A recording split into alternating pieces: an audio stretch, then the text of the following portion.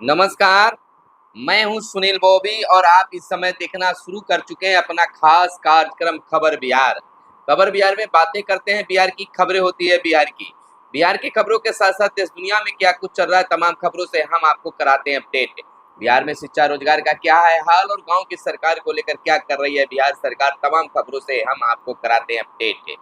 बिहार के वार्ड सदस्यों के लिए एक बड़ी खबर निकलकर सामने आई है। पंचायत वार्ड सदस्य संघ के प्रदेश अध्यक्ष गणेश कुमार चौधरी ने आह्वान किया है कि बिहार प्रदेश के सभी जिलों के प्रखंड मुख्यालय में वार्ड सदस्य सामूहिक इस्तीफा देने देंगे और उन्होंने कहा है कि वार्ड सदस्यों को सरकार ने इस्तीफा देने के लिए मजबूर कर दिया है। यह इस्तीफा अपनी 9 सूत्री मांग और वार्ड क्षेत्र की विभिन्न समस्याओं को लेकर देने की बात की जा रही है। वहीं हम आपको बता दें कि वार्ड सदस्य जो है लगातार अपने हक और अधिकार की मांग उठाते रहे हैं। वार्ड सदस्यों को अपनी मांगों को लेकर सामूहिक इस्तीफा देने के लिए मजबूर होना पड़ रहा है, गणेश चौधरी ने प्रदेश अध्यक्ष ने कहा है, क्योंकि सरकार ने उनकी मांगों को नजरअंदाज अब तक करते आई है। उनका कहना है कि मात्र वार्ड सदस्य को रबड़ स्टाम्प बनाकर छोड़ दिया गया है। चुनाव से पहले जो उन्हें सपने दिखाए गए थे वह दिवा स्वप्न बन गया, वह केवल माखौल बनाकर छोड़ दिया गया है।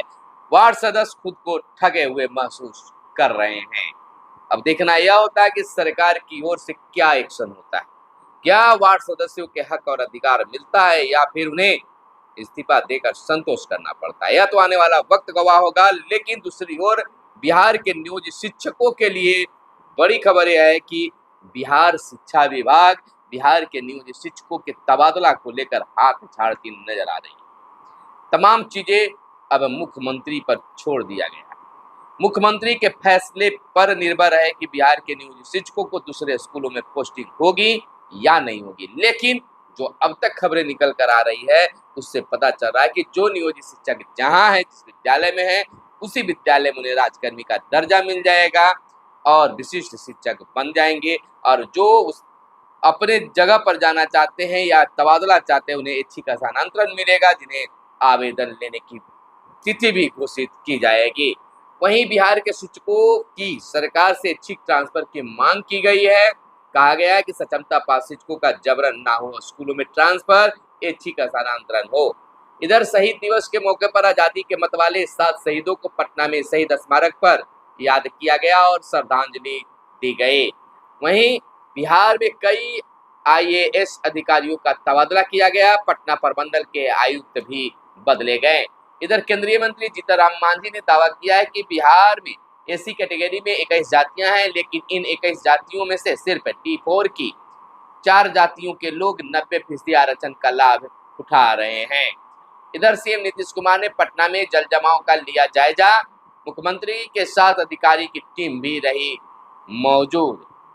वहीं पटना में बीते दिन विधानसभा अध्यक्ष नंद किशोर यादव की पुस्तक विकास के प्रतिमान का लोकार्पण किया गया। नंद किशोर यादव की पुस्तक का लोकार्पण हुआ, जिसमें कई गण्यमान्य लोग मौजूद रहे। इधर हम आपको बताते चले कि 2 दिनों में 900 लोगों ने प्रशासन के व्हाट्सएप पर समस्या को बताया। क्षतिग्रस्त सड़क, नाला जाम, मोटर पंप की खराबी आदि का मिला मैसेज। वहीं आंगनबाड़ी केंद्र खोलने का भी प्रस्ताव बिहार में है। बता दें कि 2 दिनों में अगर बात करें बिहार पुलिस की, तो 9 दिनों में 900 लोगों ने प्रशासन के व्हाट्सएप पर समस्याओं को बताया गया। क्षतिग्रस्त सड़क, नाला जाम, मोटर पंप की खराबी आदि का मिला मैसेज।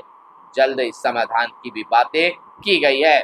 इधर एक बड़ी खबर आई है कि बक्सर में कोका कोला बॉटलिंग प्लांट लगेगी। 1235 यानी 1235 करोड़ होंगे खर्च, जल्द शुरू होगा इसमें काम। आपको बताते चले कि 65 एकड़ भूमि का नवानगर में किया गया है आवंटन। 3.24 लाख CS रोज होगी प्लांट की उत्पादन की क्षमता। बता दें कि यह बहुत बड़ी खुशखबरी है, राज्य के लिए खुशखबरी है कि बक्सर के नवानगर में कोका कोला के बोटलिंग प्लांट की स्थापना की जाएगी। इस पर 1235 करोड़ रुपए खर्च होंगे। इसकी जानकारी उद्योग मंत्री नीतीश मिश्र ने अपने एक्स हैंडल पर दिया है। Members MLG beverage range private limited को बॉटलिंग प्लांट लगाने के लिए बिहार औद्योगिक विकास प्राधिकरण की परियोजना मंजूरी समिति की अनुशंसा पर नवानगर में 65 एकड़ भूमि का आवंटन किया गया है। कंपनी की तरफ से औपचारिकताओं को पूरा करने के बाद बॉटलिंग इकाई का निर्माण शुरू होगा। जानकारी के मुताबिक मेंबर से SLMG beverages private limited Coca Cola की फ्रेंचाइजी कंपनी है। Members SLMG beverage private limited ने नवानगर में बॉटलिंग इकाई के लिए 1235 करोड़ रुपए का निवेश प्रस्तावित किया है। तो यह बिहार के लिए बड़ी बात है। इधर पीके ने कहा अगले विधानसभा चुनाव में जन सुराज की लड़ाई एनडीए से होगी। यानी कि जन सुराज के संस्थापक और पद यात्रा अभियान के सूत्रधार प्रशांत किशोर ने कहा है कि आगामी विधानसभा चुनाव में जन सुराज और एनडीए के बीच सीधी टक्कर होगी।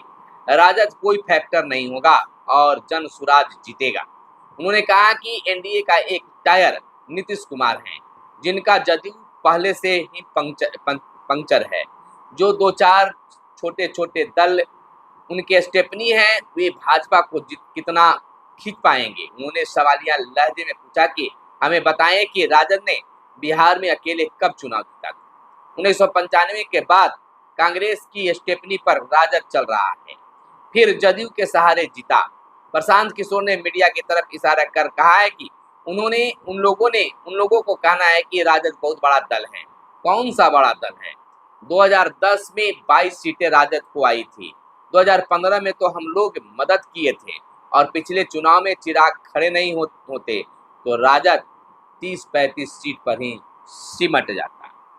इधर नित्यानंद राय ने कहा है कि एससी एसटी के आरक्षण को बनाए रखेगी अब केंद्र सरकार। केंद्रीय गृह राज्य मंत्री ने कहा तेजस्वी की राजनीतिक यात्रा खत्म है। तो यह बड़ी बात है।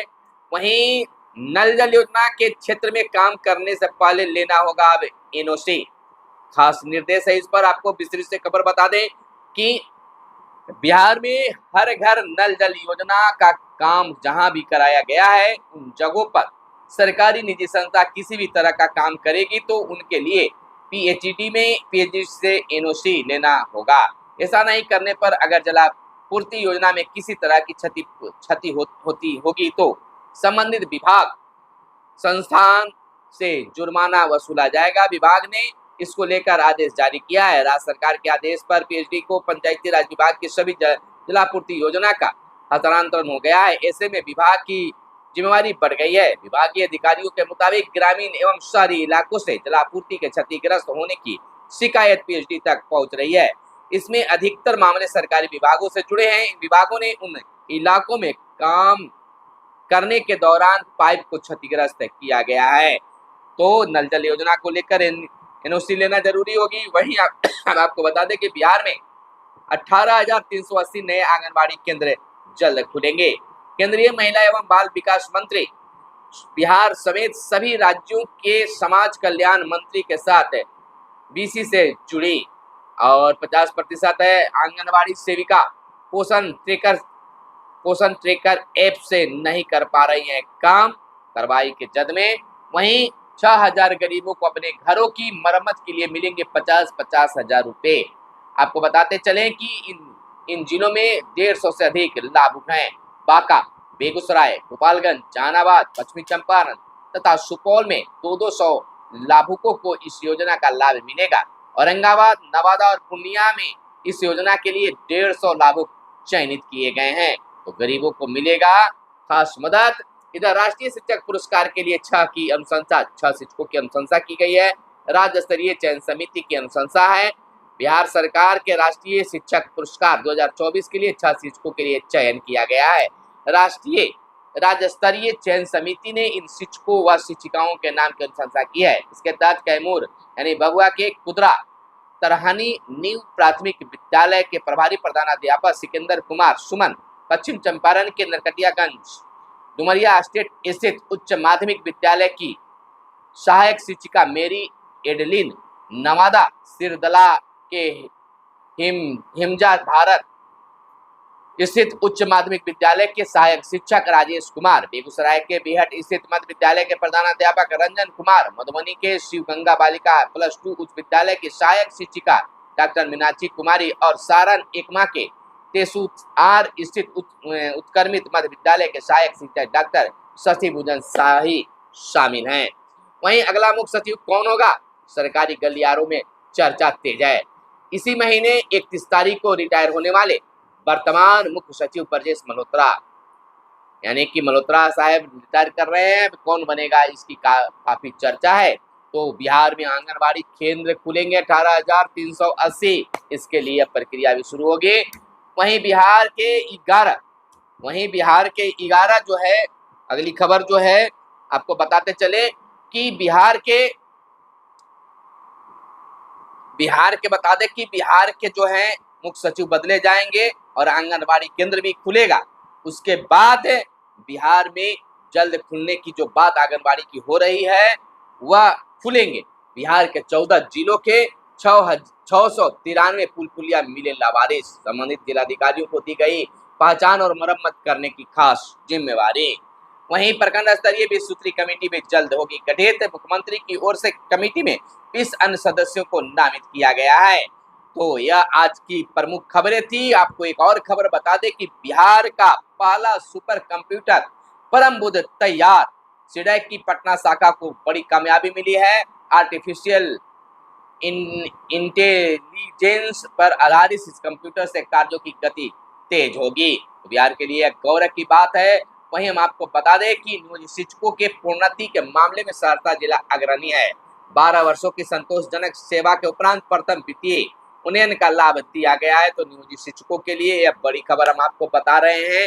वहीं बीएलओ भी अब सतर्क रहे, बीएलओ को झांसे में लेने के लिए साइबर जो ग्रुप है वह फ्रॉड करने के लिए तैयार है। फोन किया जा रहा है, मैसेज भेजा जा रहा है, लिंक भेजा जा रहा है, लिंक बोलते हैं पैसे उड़ा लिए जा रहे हैं। तो यह उससे सतर्क रहें।